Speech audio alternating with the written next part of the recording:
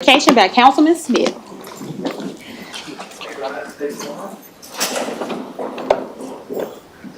I pledge allegiance to the flag of the United States of America and to the republic for which it stands, one nation, under God, indivisible, with liberty and justice for all.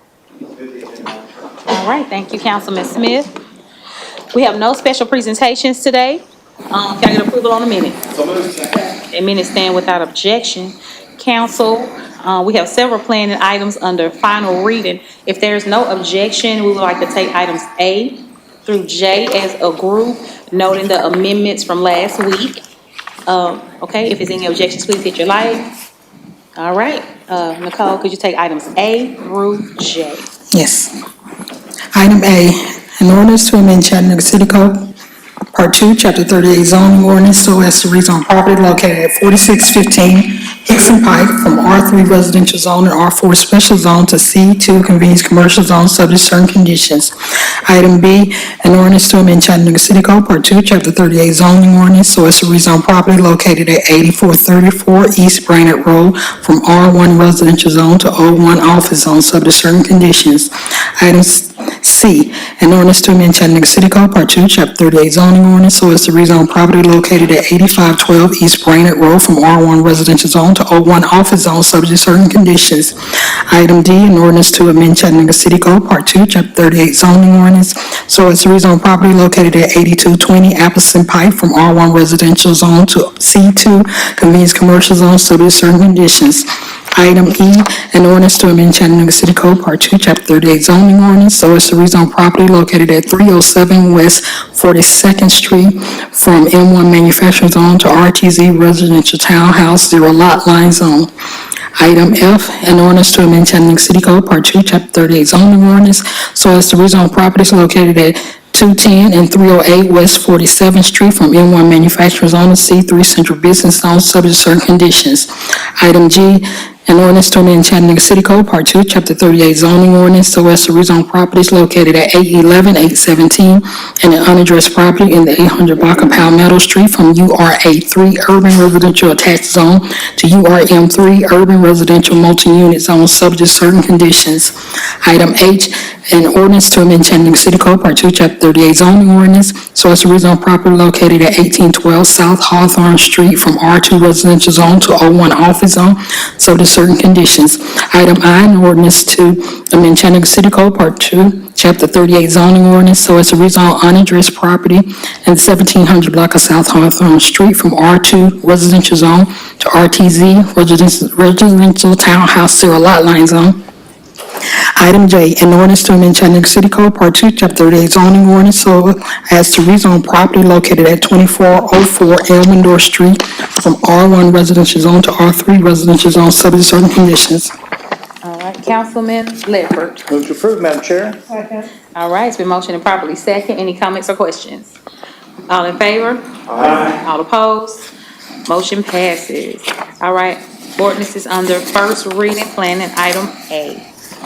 An ordinance to amend Chattanooga City Code, Part 2, Chapter 38 zoning ordinance so as to rezone properties located at 2155 and 2163 West Shepherd Road from R2 residential zone to RTZ residential townhouse zero lot line zone. Okay, is the applicant present? All right. Is there any opposition present? Okay, Councilwoman Byrd. Move to approve. Second. Okay, it's been motioned and properly second. Any comments or questions? All in favor? Aye. All opposed? Motion passes. Madam Clerk, on the Public Works, item B. An ordinance closing and abandoning an unopened right-of-way in the 4700 block of Shallowford Road as detailed on the attached map subject to certain conditions. Move to approve. Second. Okay, it's been motioned and properly second. Any comments or questions? All in favor? Aye. All opposed? Motion passes.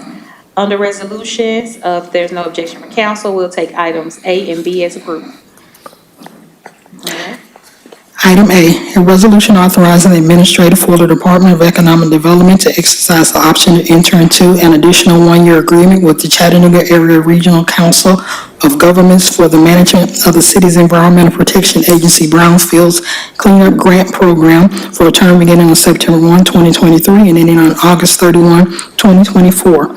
Item B, a resolution authorizing mayor or his designee to enter into an eighth amendment to lease agreement with East Nuga LLC and substantially the form attached for space located at 5600 Brainerd Road for the Eastgate Senior Center on a month-to-month basis for rent in the amount of $11,405 per month. Councilwoman Byrd? Move approval.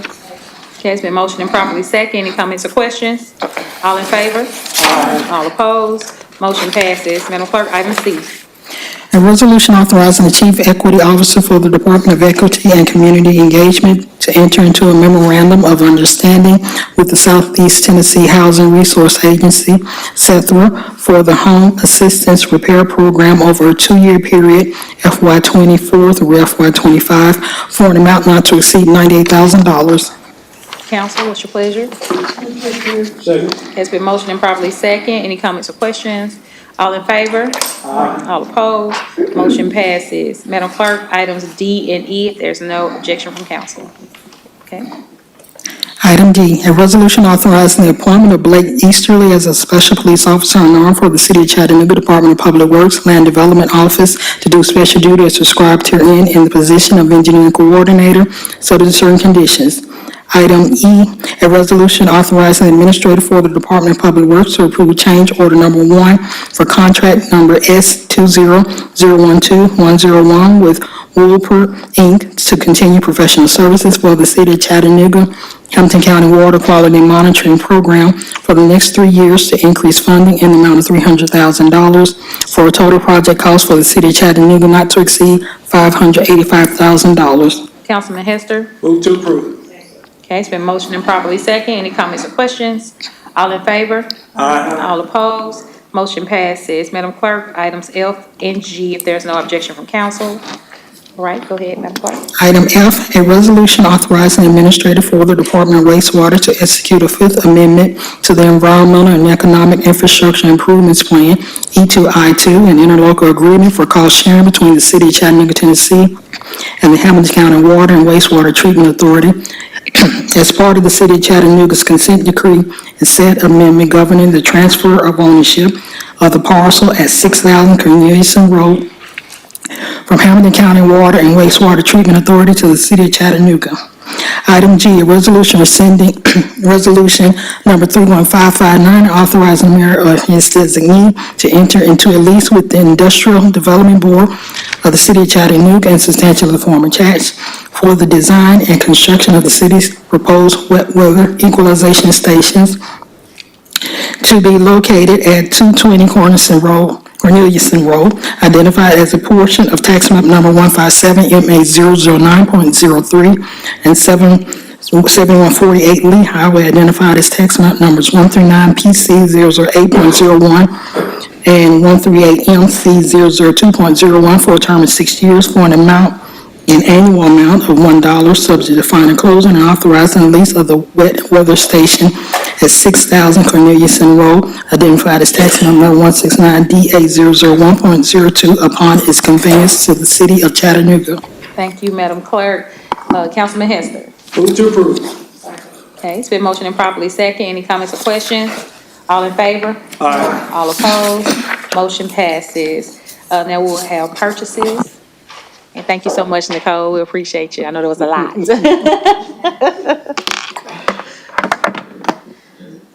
Good evening, council. Good evening. We have 2 purchases recommended for approval this evening and 2 purchases on your list that we are withdrawing. These first 2 purchases are recommended for approval from the Street Maintenance Division of Public Works. This is an increase to an existing blanket contract with Liberty Tire Recycling LLC due to unexpected usage of tires by fleet management and street maintenance during year 1 of the contract. $35,000 was originally approved. The new annual spend will be $51,000. Next, from Facilities Division of Public Works, this is a new blanket contract for janitorial cleaning supplies for citywide use. This will be a 4-year agreement not to exceed $150,000 per year. The award will go to American Paper and Twine as the best bid for the City of Chattanooga. We are withdrawing the following 2 items, which I will read how they are written in your packets. From the Street Maintenance Division of Public Works. This is a new blanket contract for traffic safety equipment rentals. This will be a 4-year agreement not to exceed $250,000 per year. The solicitation was advertised twice with no bids received. The third attempt produced one bid. The award would go to Superior Traffic Control LLC as the best and only bid for the city of Chattanooga. The department has asked for this purchase to be withdrawn due to high costs. And from Chattanooga Police Department, this is a one-time purchase of portable X-ray machines from Logos Imaging LLC for use by Chattanooga Police Department for bomb detection. The total cost is $116,074.42 per year. The department is withdrawing this purchase due to discrepancies found during the evaluation process, and this award will be brought back for approval if and when the best bid has been determined. All right, thank you. All right, it's been Second. All right, it's been motioned and properly seconded. And just a quick comment, wanted to confirm with our city attorney that there are 2 up for, and clarification for us, there are 2 up for approval and 2 for withdrawal, and want to make sure we can make one vote on that. You can, as long as it's approved as such. All right, any other comments or questions? Okay, all in favor? Aye. All opposed? Motion passes as such. All right. Now we have time for, thank you, oh, go ahead. We I'm have, we have one sole source to report, and it is from the Office of Community Health. This purchase is for community safety and gun violence prevention to advertise on radio stations that reach a variety of minority audiences in our community. The cost is $24,408, and the vendor is Brewer Media Group LLC. Brewer Media Group is a locally owned and woman-owned media company in Chattanooga who operates the stations WJTT-FM and WNPZ-FM, whose majority of listeners are African American. The vendor also operates WALV-HD4, the only Spanish-speaking format station licensed to serve in Hamilton County. All right, thank you so much for that report. All right, now we have time for committee reports. Councilwoman Coonrod. Councilwoman Knoll. No report. Councilwoman Burrs. No report. Councilman Henderson. No report. Councilman Smith. No report, Madam Chair. Councilman Ledford. No report, Madam Chair. Councilman Hester. No report. All right, Madam Vice Chair. No report. All right, and I believe our city attorney has an announcement. Yes, there is a certificate of background investigation and zoning request from Highway 153, doing business as Liquor World. There was a background check and a certificate issued in April of this year. The only reason for the change is because the corporation is now doing business as Liquor World instead of Hickson Wine and Spirits when they received their certificate in April. All right, thank you so much for the announcement.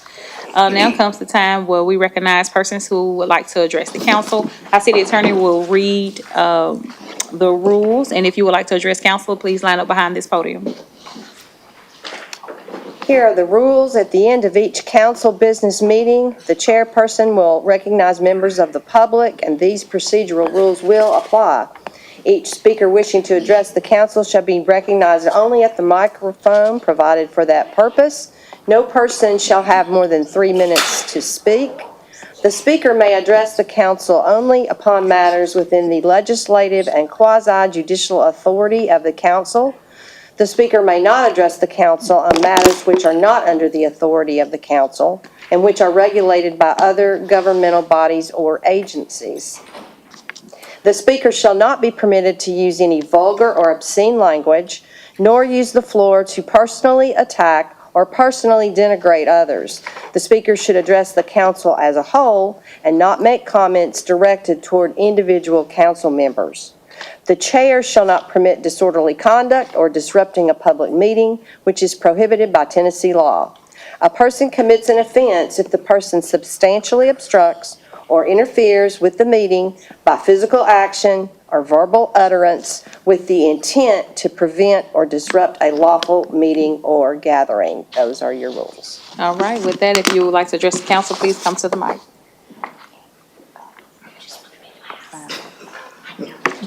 I mean, if you don't get up here, I mean, we can adjourn, yeah. Right. Hi, my name's Glenda Papu. I live in Hamilton County, and was here last week, invited you all to our town hall concerning the climate action plan, and unfortunately, I guess y'all couldn't come, But I just wanted to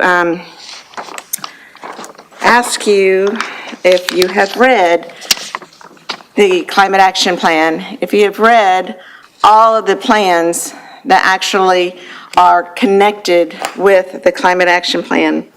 One of the goals, and it's goal 3.2, it makes a statement here. There's an undeniable link between human activity, rising Earth warming carbon emissions, and resilient environmental and climate changes, which will ultimately result in human and ecological hardship. That's a statement with no documentation to back it up. So my question is, why are we doing this? Where's the proof of why we are putting our city into this situation where we want all of these goals that most of them don't even pertain to climate change? So a couple of questions that I had, and I was wanting to know if there was a budget, if y'all have budgeted for the cost of what this is going to take. Because one of the things I know is that the fleet, the city fleet, is going to be supposed to be changed to electric vehicles by 2040. That's not too many years, that's what, 17 years from now, that all the city fleet. How much is that going to cost? Have you budgeted it out? The question came up about raising taxes, which there is a statement in the CAP plan. The mayor said taxes will not be raised, but there is a statement in the Climate Action Plan that says that taxes will probably have to be increased. Did you know that? And again, like I said last week, what are the strings attached to all of these federal dollars? Because we know there are strings attached. And I'm wondering about the resolution that was passed last week regarding us partnering with the Ukraine, a city in Ukraine, to help rebuild that city. Is that part of the WEF strings that are attached to the G20 alliance that we signed in November of 2020? So I'm concerned basically about how Chattanooga is going to determine where the money's coming from, how it's going to be spent, and is there a plan for it? Thank you. Thank you, Ms. Papu.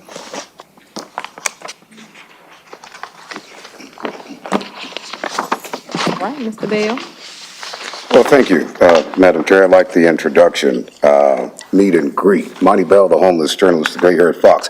I came specifically to address the senior attorney, but he's not here.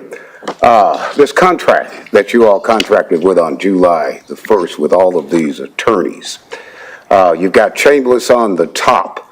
Down, I think, number 6, you've got W. Gerald Tidwell Jr. I want to get back to this all-purpose attorney. He has been in every cause that I've submitted in the circuit court. Just this week, I've got 2 stacks of what they would call the judge's rule docket. W. Gerald Tidwell Jr. is all over it. The first case I ever filed was against the city, where his wife, or she's not his wife, or she's not his wife, or she's his wife, Gwen Tidwell, for a $5 parking ticket. I left News Channel 9 promoting several of my businesses and received a $5 parking ticket. Because of my celebrity status, you had an employee there that passed the ticket. I went back to pay it. I've had a problem with Gwen Tidwell's family ever since. Before then and after then, we've got a problem. It's nepotism, it's conflict of interest, it's criminal falsity, it's fraud on the entire 11th Judicial District Court. Here is a letter written in the court from W. Gerald Tidwell Jr. It was a motion to extend time within which to answer my complaint. W. Gerald Tidwell or nobody, and I do mean nobody, and when I say nobody, I'm talking nobody, as in -0, nobody has been able to get an attorney to represent them against Monty Bell. You got a Judge J.B. Bennett, you've got a Judge L. Marie Williams. They're the same firm, just like this bulk of attorney firms that you got contracted on July the 1st of this year. You contracted with them last year. the same group of attorneys that's depriving us of due process of law, equal protection of the laws. They're creating strategies to arrest and to detain poor people, black men in particularly. We're in a one-horse buggy town. I want $211 billion, $34 million for this fraud. When the attorney comes back, I'm going to let him see that he's contracted with people who misappropriate taxpayers' money. When you misappropriate it and you misapply it, it's fraud. It's called a quasi-contract. It's not a real one at all. $211 billion, $34 million.